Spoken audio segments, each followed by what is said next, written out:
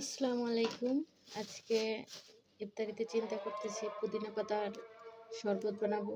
যেহেতু অলরেডি আসরের আজান দিয়ে ফেলছে, তো চেষ্টা করতেছি তাড়াতাড়ি রেডি করার জন্য। তো আজকে 28 রোজা, কালকে 29 রোজা, কালকে লাস্ট ইফতার হবে এই বছরের। তো চলেন পুদিনা পাতার শরবত বানাই, যার কারণে আমি অনেকগুলো পুদিনা পাতা নিয়ে নিচ্ছি।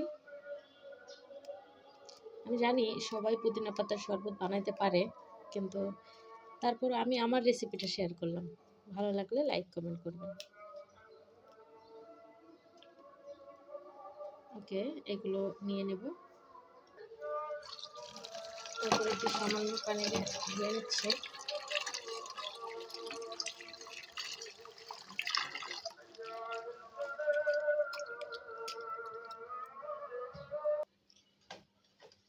এবার দিয়ে দেবো পাতাগুলো।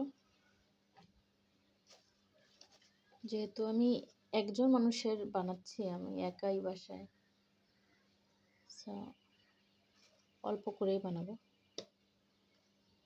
দিলাম পাতা, একটা কাঁচামরিচ, এটা আমি আমার টেস্টের জন্য দিচ্ছি, একটু লবণ, স্বাদের জন্য একটু চিনি, সাথে দেব লেবু। আই থিঙ্ক ভালোই হবে, খারাপ না। লেবুটা পাকা না, যাই হোক, চলেন।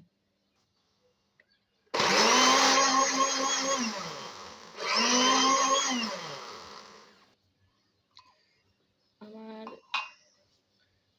পুদিনা পাতার জুস রেডি পুরো। আবার একটু ডেকোরেশন করি।